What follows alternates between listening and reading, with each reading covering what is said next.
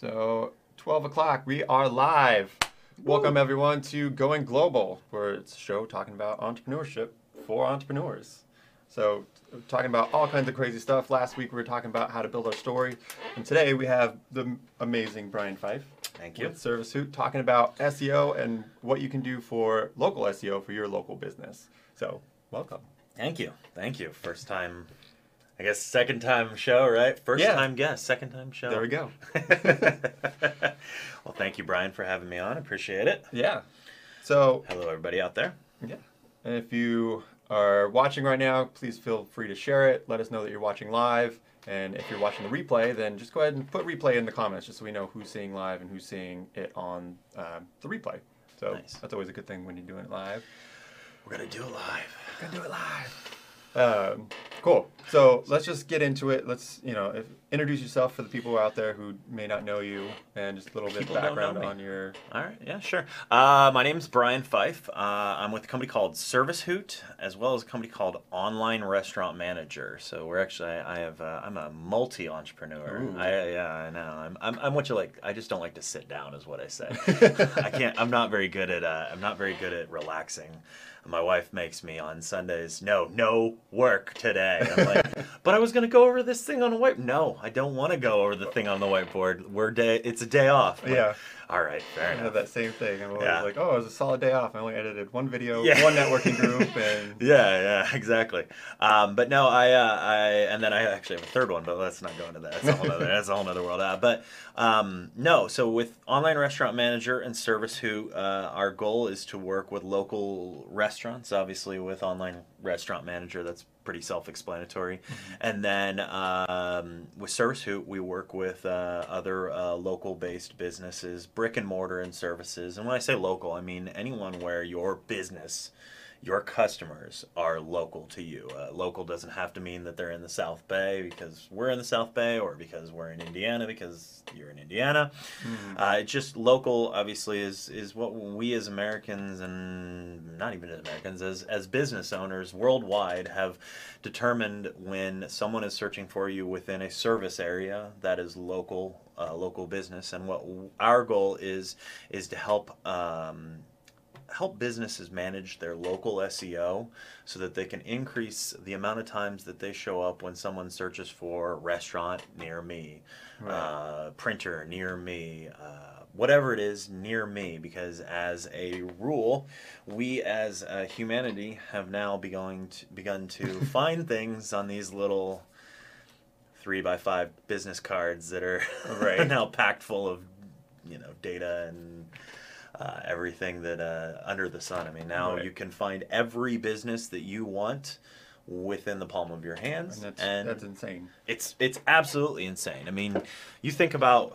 I should have brought it, but if we'd brought a yellow book. Oh yeah. And then looked at it and said, "This is in a yellow book. Pretend this is our yellow book right here. Yeah. This times 45." Right.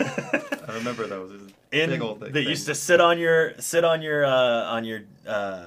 stoop until you grabbed it, and then either put it in a drawer, or you threw it out. But that was how you previously found a local business that needed, if your plumbing was broken, if you were looking for something to eat, you'd find it either there, you'd find it in your newspaper. Well, now your newspaper is your phone. Now your local listing information is all done through your phone and through a computer. Right. And I think things have changed so fast, because like now for an entrepreneur, now if you're starting your business, like you have to be online, you have to be there.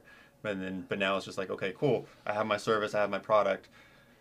Now how do I get the message out there, right? Yeah. There's so many options. So how would how would you even fathom getting started with that? Well, so here's the thing, is that there are a lot of ways in which your audience can find you, but the main ones are going to be through Google and Bing. Mm-hmm. And the keys to those are honestly not as straightforward as you would think. So with local search and local SEO, the key is consistency in information across your name address, and phone number. And that's just your first basic steps. Because where the search engine, where Google and Bing and Yahoo and any other search engine that you might be using out there, they're no different than a chef trying to taste test their meal, in that they want to see that the meal, whether a table of 4 all orders chicken, and their chicken should all be the same. And so just like a chef taste testing their meal, the search engines are looking at it and saying, hey, is that business for, say, printing, or for, say, computers?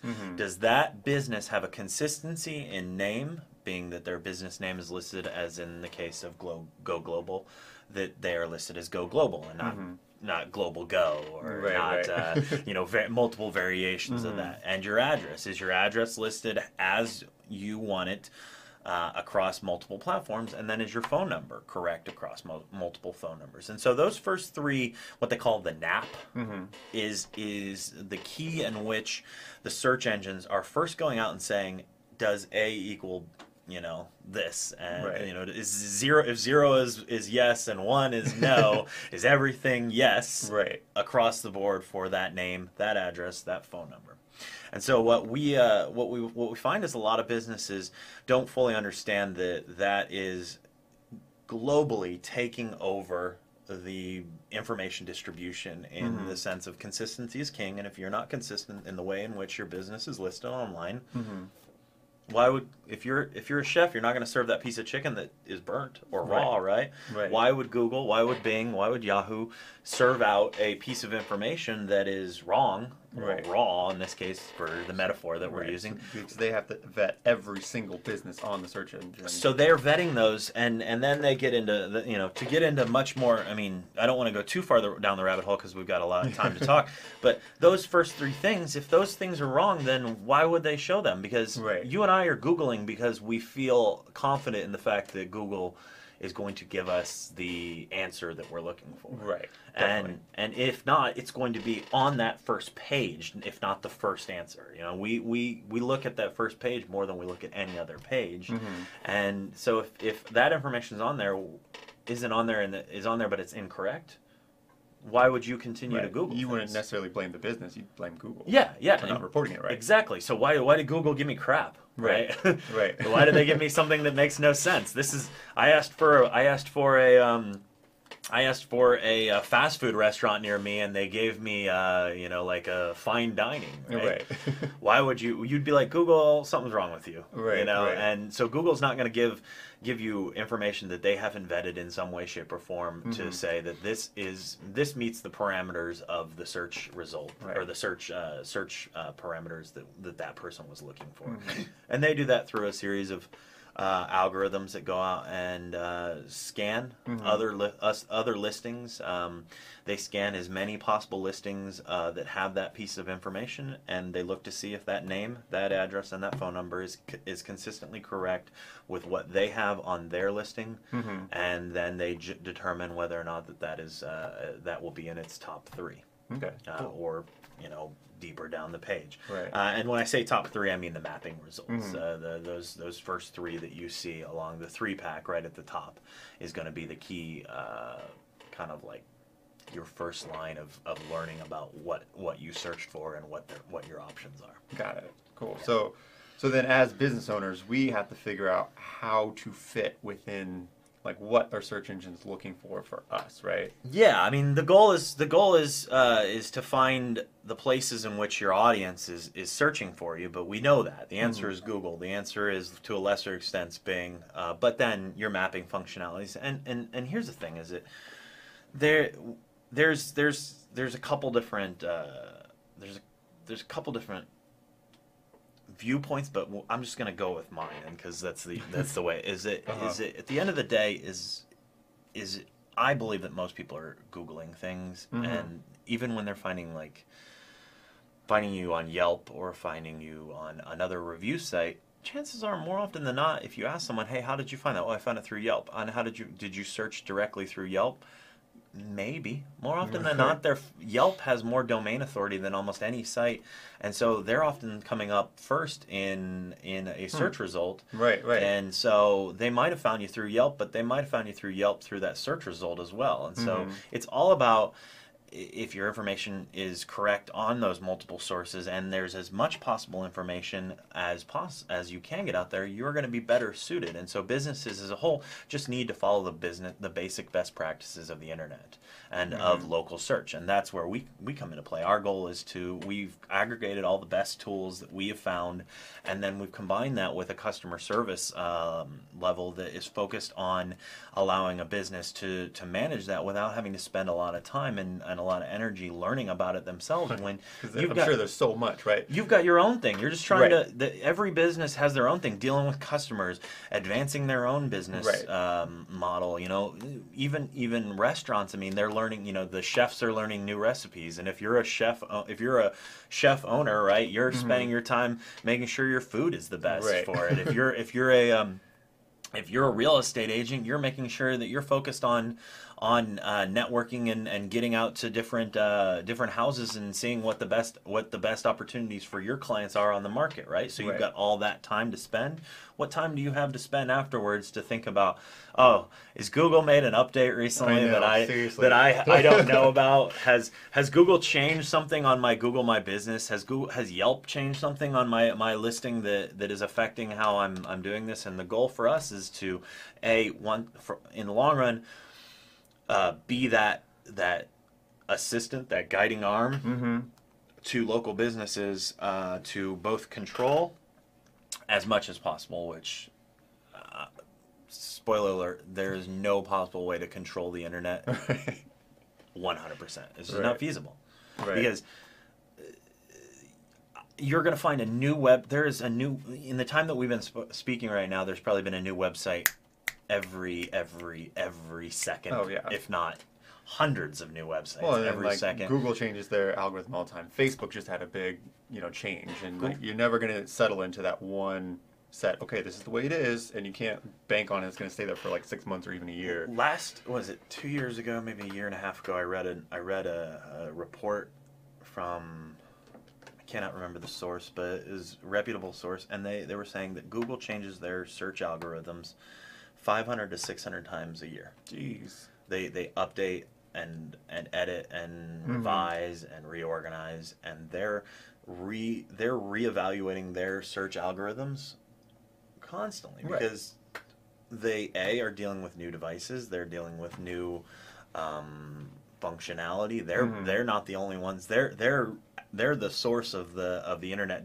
They're distributing the internet, but new websites, new tools are popping up, and then Google's now that they're the behemoth that they are, they're the ones that are also spurring on the changes as it is. Right. So it's we could talk for hours just on what Google does, but that's more. Then how do you talk about like Facebook and then even Yelp or Bing, and so and that's crazy. But like to come back to it, like in full disclosure, like I am a client of yours, and I love it, and just because like there's so many, I'm working on my business, I'm trying to find other ways to market, and then actually like going out and doing the business, and how it's so amazing when it's like midnight when I finally get home and just like, okay, look it up, and boom, full reports, here's everything that's been going on. I get emails from you every time to time like, oh, just a heads up, this update happened, right? And that's so nice to have. I know that you've got my back when it comes to all of that stuff that I just don't have the time to, one, pay attention to, and two, just learn all that, because it's such a learning curve for it. And I appreciate it. I'm glad to hear that's because what we want to do is, I'm a firm believer. My background has been working since I was 13 years old. I have worked for small businesses more often than I ever worked for corporate. And so I've always had a passion for small local businesses. Heck, in college, I worked for a small local, or in college, I worked for, let's go with, in high school, in high school, I worked for like a tuxedo shop. Oh, wow. I worked for a bank.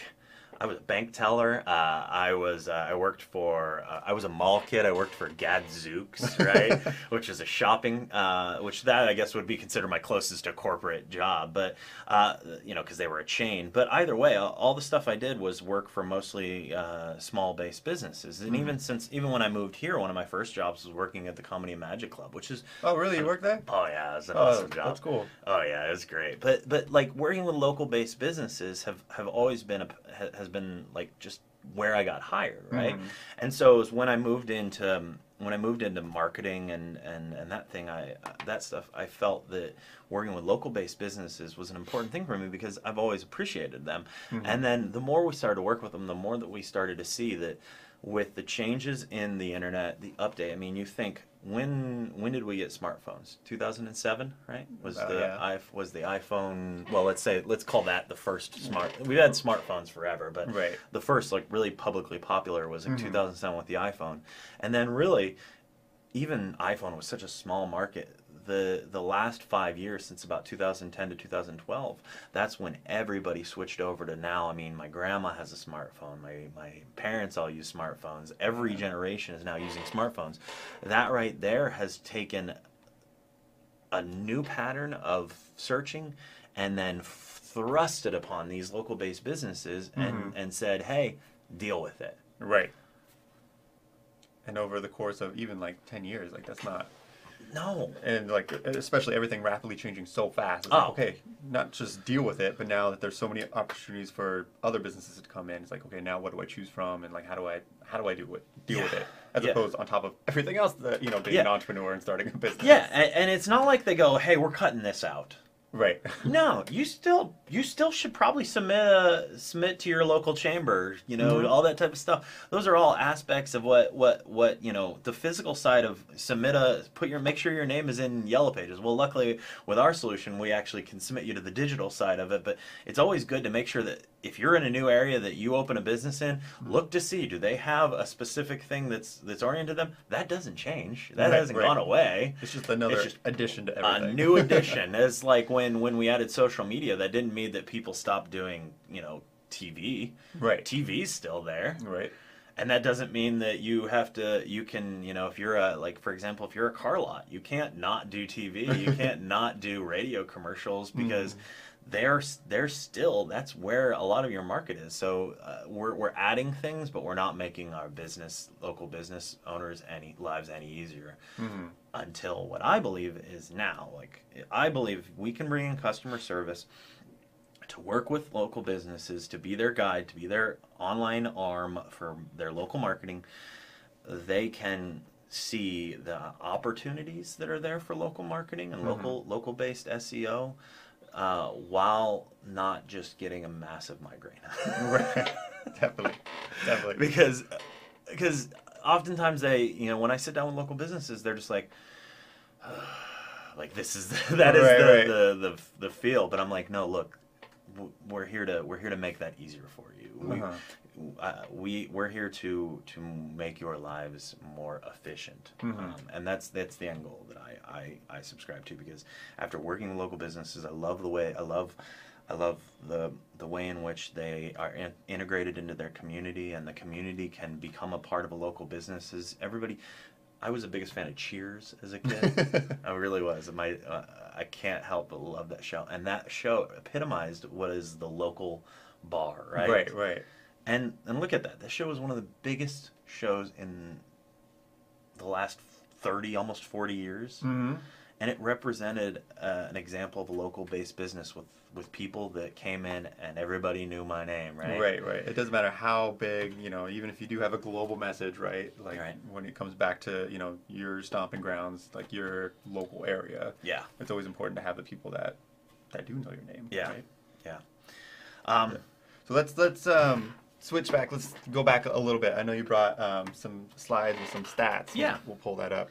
Just to kind of briefly go over what SEO is. Let's see, where am I here? PowerPoint. There we go. I'll bring that up. So what's in a name, address, and phone number? So let's kind of slide through this pretty quickly here. And you got control. so hopefully not. There we go. Now we're here. Hey. All right. My button's not working here, so let's see. Go back here. There we go. Try that. All right. So local SEO is an effective way to market your business online. I'm gonna just make it simple here. Yelp, Superpages, Foursquare, Yellow Book, Google My Business, Bing Places, White Pages, MapQuest, mapping services. MapQuest still? MapQuest still exists. I found my mom is, sorry, Mom, I love you, but we have to use you as an example because it's so easy. My mom, I come back last year and my mom goes, I was like, hey, where is this? And she pulls up her computer and pulls up MapQuest. I was like, you're the person that still uses MapQuest. You know, you got Google Maps on your, I know, but I'm just used to this. I'm like, all right, fair enough. If it works, it works. MapQuest. But not only that, like, all the mapping systems that are in your cars nowadays, those are aggregated through a system. I mean, they're just not in your car. It's not like, you know, we don't just have, you know, 1,000 maps uploaded into a system anymore. Those are all you know, updated through software and through internet-based citations, and those are aggregating information just like the search engines are, because they want to make sure that on the map, when they map you to something, that you're getting there, or else, you know, you're going to complain to your whoever you bought the car through. If you have a lease through Audi or BMW or Ford or Lincoln, it doesn't matter what it is, you're going to go, hey, the maps you put in my car are crap, you know, they took me to the wrong place. Yeah. And all of those are what we call citations. Okay. And citation, think of it like the same, like we were in high school and college, where you had to cite your sources. Those are a source back to something that says, this is where I got that information from. This is what that information is. So those are citations. And then let's get into here. I mean, 3-pack, right? We've all seen it. It's the first thing that you see when you search for something. And right now it's showing up at least 93% of the time it's showing up. 50% of the time, consumers who conducted a local search are conducting it on a smartphone, and 34% of them are showing up through the door. Oh, wow. Yeah. I can't see that one. 18% of local mobile searches lead to a sale within one day. Wow. So if you're a local-based business and someone's searching for your service near me and they find you, there's an 18% chance that they're going to go into your store to purchase it. So that right there, if your first line of defense is the fact that they're finding you through your phone, that's a pretty, you know, almost 20% chance. Right, and that's a big differentiator between like regular, you know, SEO as a whole versus local SEO. Is that near me aspect of it, right? It's the localized aspect of it, because like if you think about it, like Target and you know, TMZ and all these different major websites. I use everything from a business to a blog to what other, you know, give me another example of a big website that's not just a news source, Like, what do you mean? Yeah, see, that's the thing. Websites are so news source oriented lately. It's even like, you know, an online retailer, right? Just purely online retailer. With something that's not a local business. Yeah, that's not just somebody. Those right there have different aspects to SEO, but when we talk about local SEO, what we're primarily discussing is that mapping-based functionality, because we want people to be finding you when they search that you're in that top 3 of Google. Then, you know, going even deeper, you get, for local listings, 60% of searchers were found to have used get directions or click to call in a mobile ad. And so those are what we call our call to action, right? So when someone finds you, we want them to reach out to you, and Google has set up a series of calls to actions that they feel are the top 3. Call to action would be click to call, get directions, or visit website, right? And so as a business, you want to find the way in which they're getting in your front door, but not everybody's ready to come through your front door, so they might call you first. Well, hey, if your phone number's wrong, right. And I mean, I do that all the time. It's so convenient. Like, you'd never want to search for a company, have to click on their website and scroll all the way at the bottom, you know, find their phone number. But I use it all the time. Like, oh, call them. Okay, just Google them real quick. Boom, it's right there. Call them. Done. Exactly. And then 71% of people surveyed say they look up and confirm the location of a business before going to it. Now, I'm betting that number is dropping, because I feel like more and more people are just trusting their phones. I mean, it sounds weird to say, but we're now trusting the internet on a much higher level than we ever. Now, that also being said, we should probably be wary. And then 89% of the participants admitted to searching for local business on their smartphone once a week or more, with 50% searching at least, or 58% searching at least daily, right? So that, what that says to me is that, again, this is your first line. This is where the customers are finding you. And so at the end of the day, if your information is incorrect, if your information is out of date, if you're a new business, you're a ghost. We'll talk about new businesses in its own right. And then let's go see deeper here. Where did my button? Oh, I think I clicked away from it. There you go. So this goes into what is the search engine aggregating? So name, address, phone number, your business description, your menu of services, and that doesn't just mean if you're a menu like a restaurant. If you're say you're a salon and you have a menu of services, you can get that menu up on Google, and then you actually have the opportunity. Someone could go and find, hey, I'm looking for a spa, and I want a mani-pedi, or I want some sort of treatment. You can have that listed, which gives them the opportunity, if someone just searches for your service rather than, say, your business category. If someone searches for mani-pedis near me, that's another way. They're not just aggregating the type of business category, like we're a salon, but they're advertising like a haircut near me, or a deep tissue massage near me, or let's try to find something that doesn't even use a business category, like a facial, right? The facial is not a business category. It's getting a whatever that is. If you got that service listed on your menu, that could then be aggregated by the search engines. And if you don't have your listing of what you're doing on your website properly, on your local listings properly, you're missing out on an opportunity for someone to become a customer. Right. And it's one of those things of like, how many other people around you didn't do that, right? So if you take that one extra step, how much more could come in? If you can, we're in a competitive world where your customers are looking for stuff that your competitors might have listed properly up on their sites, on their local citations, and you don't, and you may be 10 times better at what you do, and your customers may love you for who you are because they heard of you. But that John Q. Public, Jane Q. Public, who never heard of you and searches, finds your neighbor because that neighbor has that service listed properly. It's been aggregated by the search engine. That right there, your customer is no longer your customer. It's their customer because they found your competitor first, and that was simply a matter of your competitor did what you did. Right. And then even down to your website. And with your website, we don't want to get too far down the rabbit hole, but even just basic schema markup, which is helping to ensure that your name, address, and phone number and review services are all listed on your website.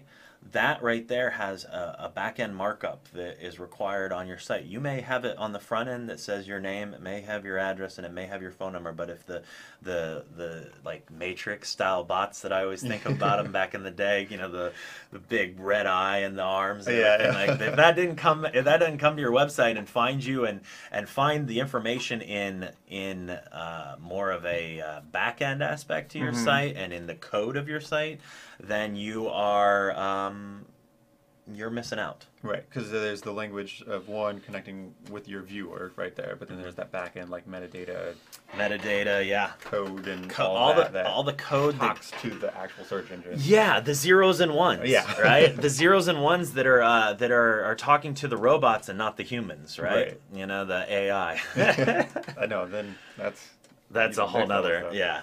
And then there was one other thing. Let's go one more. There you go. If customers, and I cannot repeat this more, if the internet is your first point of contact with a customer, it should be a top priority. Because, for example, like holiday hours, we just had Martin Luther King Day, we just had Christmas and New Year's. If your business was closed on, say, Christmas Day, and you were closed on Christmas Eve, and let's go even more of an extreme. Let's say you're one of those businesses that closes so your all of your employees can have the week off between Christmas and New Year's. A lot of businesses do that. You know, say like a window furnishing company. No one's buying windows between Christmas and New Year's, Right. so they close, because why would they stay open if it's going to be dead? If the primary things that people are purchasing during that time are not windows, Right. then there's no reason for them to be open. But if your holidays are not updated and it lists that you are open during that week, and I'm John Q Public, and I call him and try to, I need to get a new window because my stupid nephew broke my window. Right. They're gonna find you, call, and maybe they'll determine, what the heck, they said they're open and their phone line says they're closed. They're gonna be annoyed, and they're gonna move on to the next person. Whereas perhaps they might have seen that you're closed and searched your website, found that on your website that you were the person that they wanted to speak to, and said, you know what, I can wait 4 days. I like what they have offer here. Versus if they saw that you're open, tried to call you, got annoyed that you weren't open, they're going to immediately have a bad taste in their mouth and say, we'll find the next one. Right. Right. And that's what I think is like so cool about working with you guys, is that I don't have to go.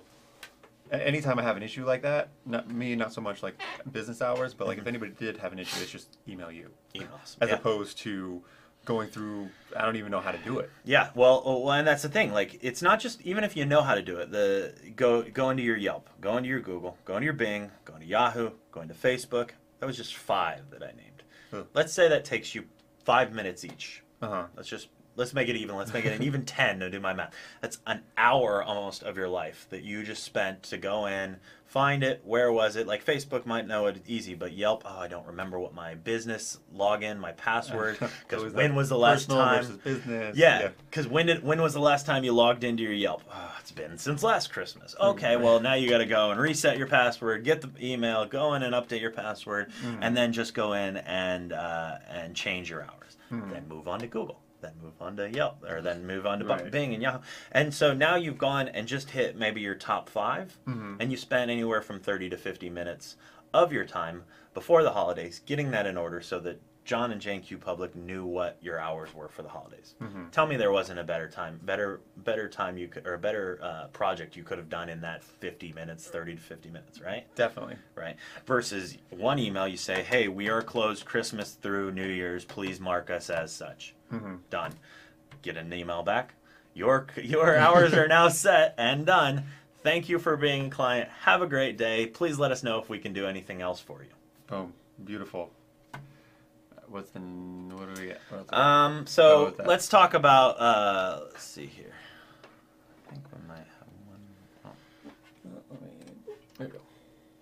So let's go into further what we do. So Google, Bing, and Yahoo are aggregating info constantly. They're asking your customers for the info. So this is another thing that local businesses have to deal with, is that nowadays the search engines are asking not just you, but you and your customers what information they know about your business. So, like, does this business close on at 10 o'clock?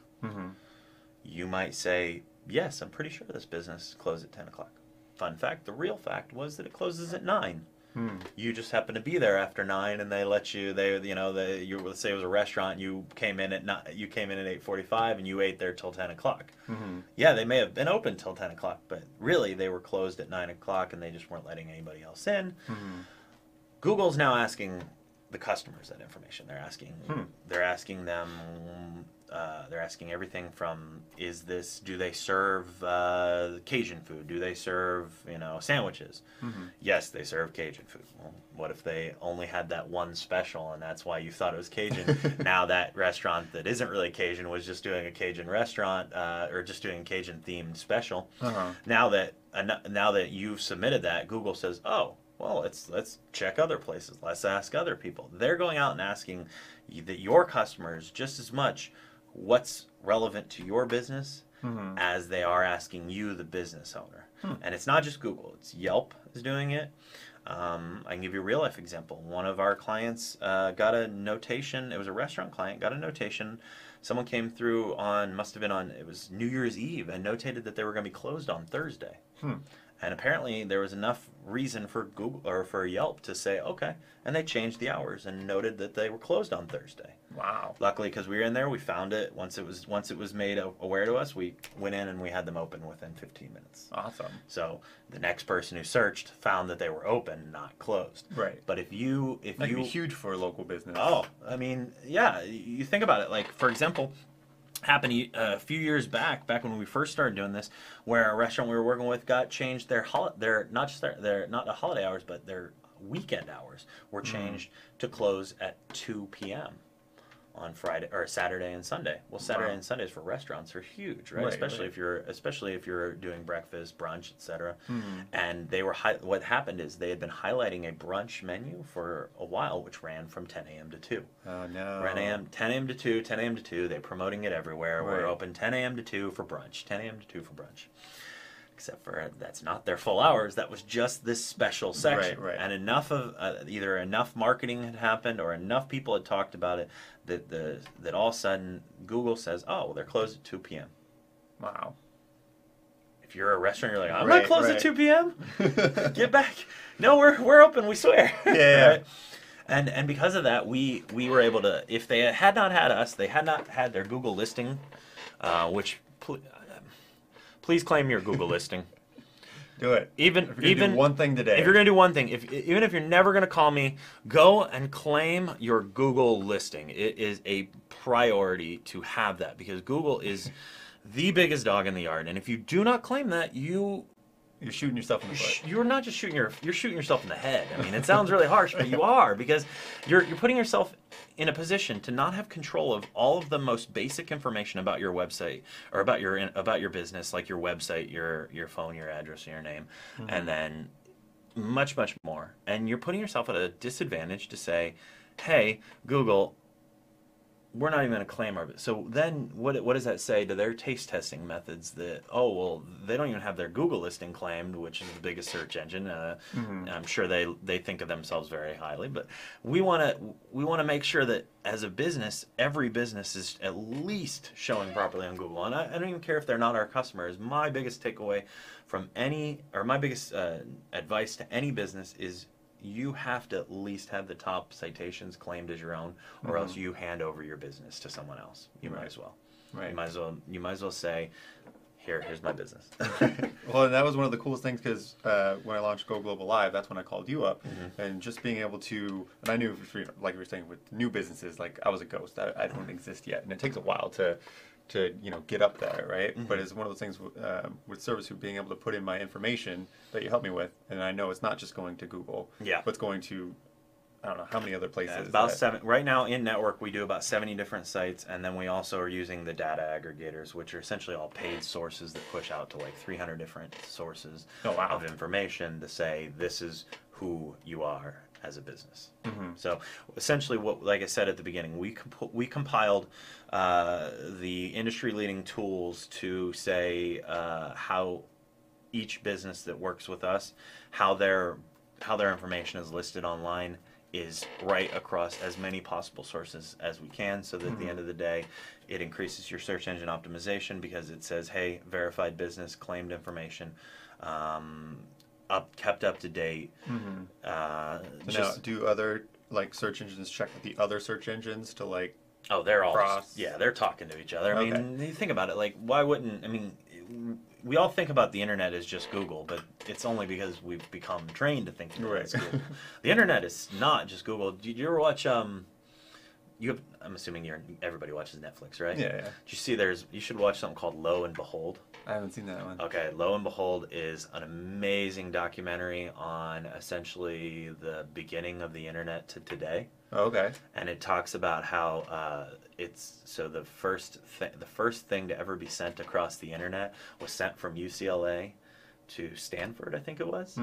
And they were trying to press the word log. They were trying to type in the word log in, and it crashed and it said low. They only got LO. So they named the documentary Lo and Behold, and it was actually quite I don't know, future thinking. That like this, lo and behold, this is what we give you. And they were essentially trying to transmit a word from here to Stanford. Right. Using nothing but digital. And just to think where we're at today. And now this Right. is a glorified, I mean, I just got 14 messages in the time that we've been talking from 5 different apps. Uh-huh. And to think that that's not happening on a microcosm of just this little town here, where, for those that can't see, we're actually on a map. Globe. Map desk. Yeah, and I mean, each one of these places now has microcosm of information attached to each and every single one of them. Right. And that's then factor that as your own local business, and just the microcosm of information that's associated to just your business. Mm-hmm. And if that information is not put up there properly into all the different search engines, those search engines are going to talk to each other and say, hey, we found this data, we found that data, we found this data. Those data aggregators are going to pull it from maps and say, oh, this mapping says that they're located here. Oh, no, they're not there. That was where they used to be. Uh-huh. But new businesses, you're ghost. You're just adding things, and the problem is too is that it's going to start to pull data from places like your website. Mm-hmm. And let's say, for example, as you were a new business. Well, you're a new business. You're updating and creating new things. Like every new business, you're learning from what works and what doesn't work. Right. And so you may add new things, but if that is added only to one place, Mm-hmm. then let's say MapQuest had gone and found it before you added that new piece of information, which is 100% viable and 100% Right. correct and 100% better representing who you are. Right. And now I'm like, oh crap, no, don't do that one anymore. Do the new one. Do the new one. But MapQuest or Yelp or whoever it was has not updated, and the next time they visit your site, the next time your data gets aggregated by whoever is getting, by however their information is being aggregated, it's not until then that they get the next piece of information. Mm-hmm. Well, that could be 2 days, that could be 2 months. I mean, Who knows? There's so many out there that. yeah. And so if that's 2 months, that could be 2 months of wrong information that you're just letting exist out there and is letting your business perhaps not thrive the way it should. Right. Versus you're thinking, oh man, I just updated my site. It's got all the information. My website is 100% correct. Everybody knows about it now. Everybody will find it. Everybody comes to my website. Yeah, of course. Yeah, no. Unfortunately not. I mean, I don't even... Should we ask Google how many websites there are today? Oh my god. Let's see. How much, I can what only did they say? imagine. Okay, Google. How many websites exist on the internet right now?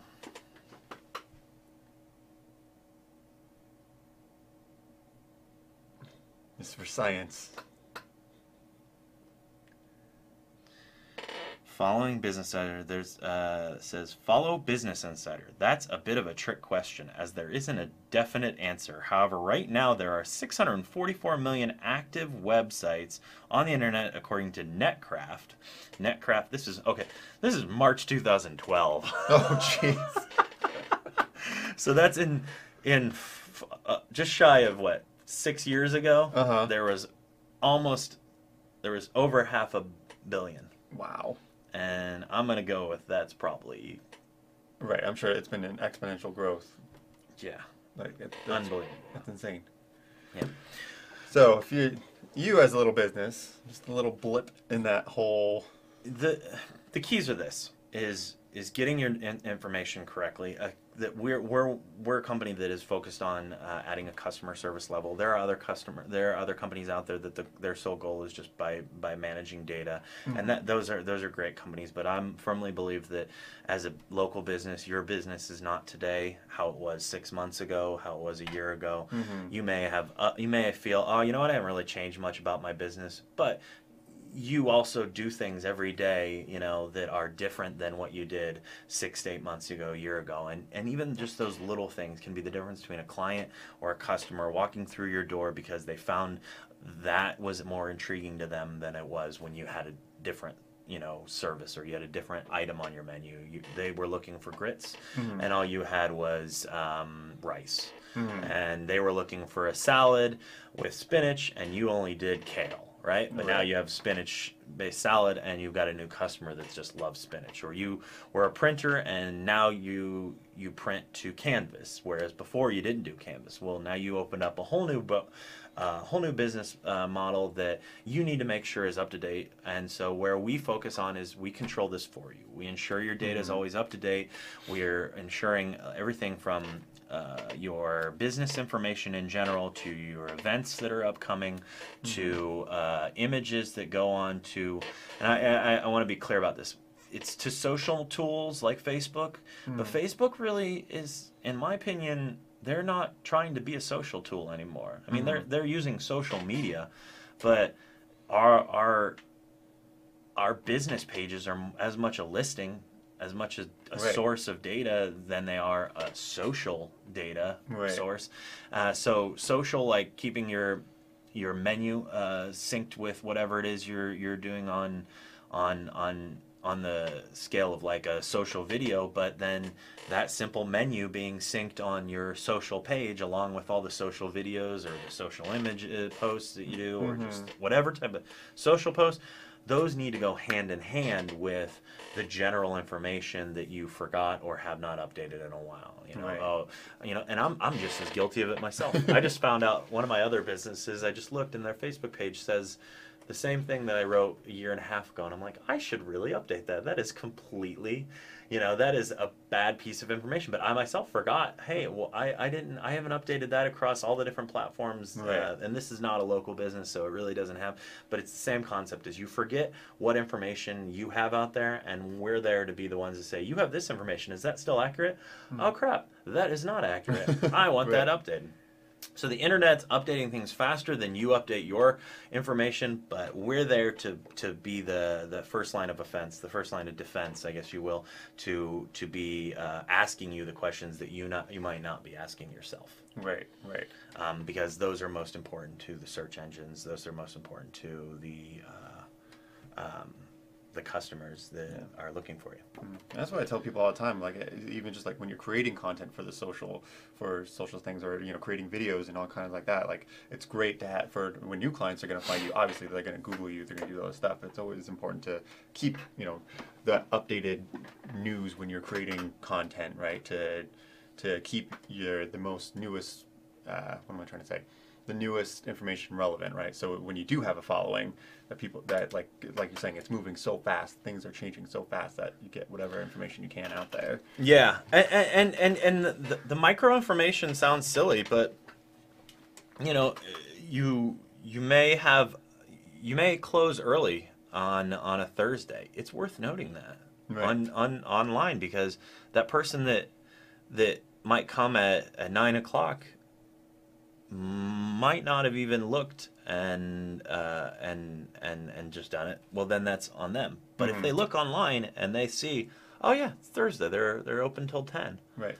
Or it's just one of the things is like I do it all the time. Like, I assume something's open. I'll go down there and I'm like, crap, they're closed. What is this a known thing? Right. So then you go search. Are they? Oh, okay, they are closed. Okay. Yeah. That was that's my fault.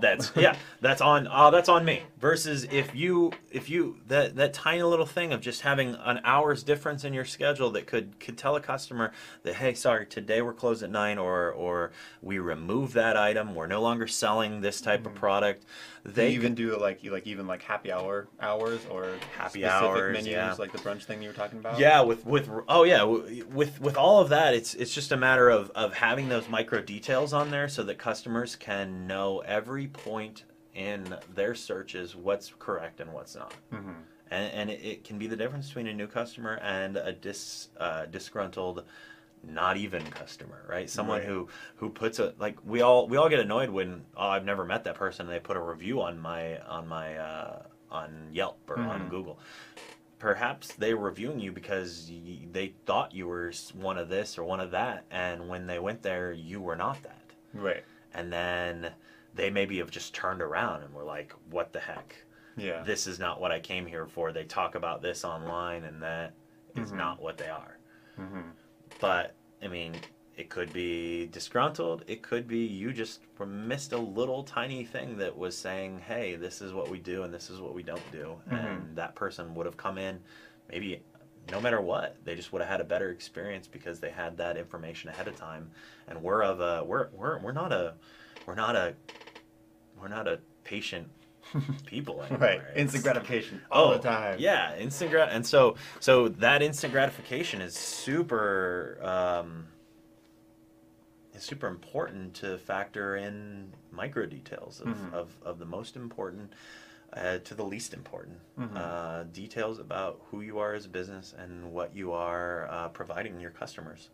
And local based businesses, we are in an interesting time in history right now where some of the biggest businesses that came in and wiped away a lot of local based businesses like Walmart and Sam's Club, those businesses are struggling as much in a world that is now digital and can be purchased on line and can be done in a way that's requires us never to get out of our seat, never to leave our house. Right. But I truly believe that we're at a point where I think local based businesses and brick and mortars and mom and pops can begin to provide service to customers that they're not going to get through the internet, that they're not going to get through their big chain brick and mortars. That hands-on customer service, that knowing your name, that knowing what you want, that here for what you, willing to spend a little extra because of the convenience and the knowledge of the experts in, I mean, it's no different than what you're doing right now, providing people information and bringing in experts to say, this is what is happening. That's where I think we differentiate ourselves as local business owners, as brick and mortars, as services. We differentiate ourselves moving forward through the upgrade of the internet to humanity's own personal library. We provide that hands-on service now that they would not get from Walmart, from a digital distribution. We were talking a little bit before we went live. We were just saying, like, you can't just call Google. No, you can't. And like Amazon, you can call them, but even then you're sitting on hold, right? But if you had something that you purchased, you'd call in to John Q John Q small business owner, Jane Q small business owner, and say, hey, I had an issue with this. They're gonna say, okay, I know exactly what you're gonna do, and they're gonna give you the personal hands-on customer service that you're not gonna get on a through digital means and through larger corporations. And I think that gives opportunity for businesses to step up and do something pretty revolutionary that will allow us to grow as a society, both maybe through just personal interactions. Yeah. I mean, you and I talking, having a discussion, whether we agree on anything or whether we don't, the fact is, when we have one-on-one discussions with people and we have interactions with other humans, it is a positive. It is only a benefit to better understand ourselves and better understand our communities and better be a part of the world we're around. Right. We can't all fall into just screen life. Well, and honestly, that's why I live stream this show, and that's why I love live streaming so much, right? Because it's taking it to where radio, TV, those are all mass communication tools, right? It's a one-way direction, right? And before, the way to communicate back was you'd have to back in the day, like, write them a letter or whatever, like, call the number and do the thing. But now, everyone who's commenting on this video right now, I haven't checked the comments, I'm sorry, but everyone it can be a two-way street again, right? Sure. Just the fact that we can have I always say live streaming is the next best thing to sitting right in front of somebody, sitting with somebody, right? Yeah, and you know what though, I dig things like this because you're putting it in the perspective of letting businesses know that, hey, there are advocates for you. And definitely. I think that's one of the reasons when we met, about a year and a half ago maybe, we were meeting in a small business group where we're just talking about how to be advocates for each other as business owners, and that's a thing that is highly necessary because it's not like anything's slowing down. Right. Tomorrow you're not going to be like, nothing happened in the news, nothing happened in the world today. And then even go deeper. I mean, nothing happened in my business. No, everything happens every day. Right. And we all need advocates to help us, because I'm not going to know. All of this is never going to be something that I'm going to have the brain space to be able to You just don't have say, the bandwidth to No. Yeah. But And I totally get it. And as you start a small business, you need to surround yourself with that team of just people who in your back pocket that you can call upon. Like, hey, I have an issue, or I'm thinking about getting into this. Who's my advisor of that realm? You know, and that's exactly it. that's what when I started a business, I wanted to be an employer. I know this sounds really weird, but when I was a kid, I always dreamed of having businesses. I don't know why it is. Maybe that's just ingrained in who I was, but I always knew I had an entrepreneurial spirit. I started going with friends, shoveling people's snow in the winter and mowing people's lawn, even though I hated mowing lawns. But it was an opportunity for me to gain money to do the things I wanted to do as a kid. But then I team up with other people in the neighborhood, like, hey, let's go knock on doors, and then we can do more. Yeah. We can shovel more driveways in one afternoon with 2 people than we can with one. And instead of making $20 in an afternoon, we can make $60 in an afternoon by being able to do 3 driveways or mow 3 lawns. And then you and I split the money, and we both made $30 each instead of $20 for one. Right. So we just amplified our potential earnings. Well, businesses should look at other businesses as their advocate for you know how to do this, I don't, help me out. And grow with each other, because that's the only way as a whole I think we're going to find a consistent growth in our economy, a consistent growth in our overall ability to work together, and our overall ability to grow our businesses as a whole. We're getting deep. Got deep there. But that's what it all comes down to, because it doesn't matter how many. I mean, for a new customer online, like your reviews are obviously super important, but nothing is ever going to beat that. If somebody I know calls me, who trusts me, and it says, "Hey, do you know anybody who knows local SEO?" Yeah. Like, nothing's going to beat that personal referral of, like, "Oh, you got to call Brian." Like, 100% they're going to go with you, right? Yeah. Just because they have trust that me. one-to-one connection. And that's the most powerful thing you can have. Yeah. But okay, so we're just about wrapping up. We got 4 minutes left. Wow. So, and you know what? That goes quicker. When you're like, I don't know. When you're like, oh, we should do an hour. I'm like, man, I don't know if I have time to talk for an hour. I would just wrap it up. But okay, so before we go, just give just kind of how, if somebody wanted to work with you, like what kind of get an overview of your services? And yes. How would somebody get started with So let's start. So Service Hoot is our main brick and mortar and services based businesses for local SEO and advertising, and by digital advertising like Google AdWords, Facebook ads. And then SEO, search engine optimization. Primarily, about 90% of our customers are local, meaning brick and mortars that service a 5 to 10 square mile radius. We do also work with some larger based businesses for more larger SEO programs, and that you can find us at servicehoot.com. That's S as in Sam, E R V as in Victor, I C as in cat, E H OOT, like hoot like an owl, .com. And we'll put a link in the comments. Great. And then Online Restaurant Manager is our restaurant specific platform. And what we focus on there is it's a website, hosting, domain services, email services, and your local presence management. Essentially, it's taking a little bit of what you use with us and going to a full level where we're dealing with everything. We're managing your website. You need an update, you send us an image, we update your website. We put it on your local listings as well. You need to change out your logo. We'll go ahead and change out your logo. And this is specifically for a restaurant. And that's specifically for restaurants. And a reason for that is it also has a menu syncing platform within it. So all that brunch, making specials, sure, all that's taken care of. Making sure that, and we update your menu for you across multiple platforms so that you have the most accurate menu, so that when you're looking for gumbo, you can go and find the best place for gumbo. When you're looking for a sandwich, ideally, what my goal is to make sure every sandwich place has the best in services, and that's Online Restaurant Manager, and they're calling us whenever they have a menu update. Awesome. And then with Restaurant Manager, the goal is also to be that advocate, just like Service Hoot is to be that advocate for your kind of that guiding arm. If you have a question about, hey, I'm looking at doing Facebook ads, we can refer you to some options. If they're looking for live streaming, we'll say, hey, talk to Go Global.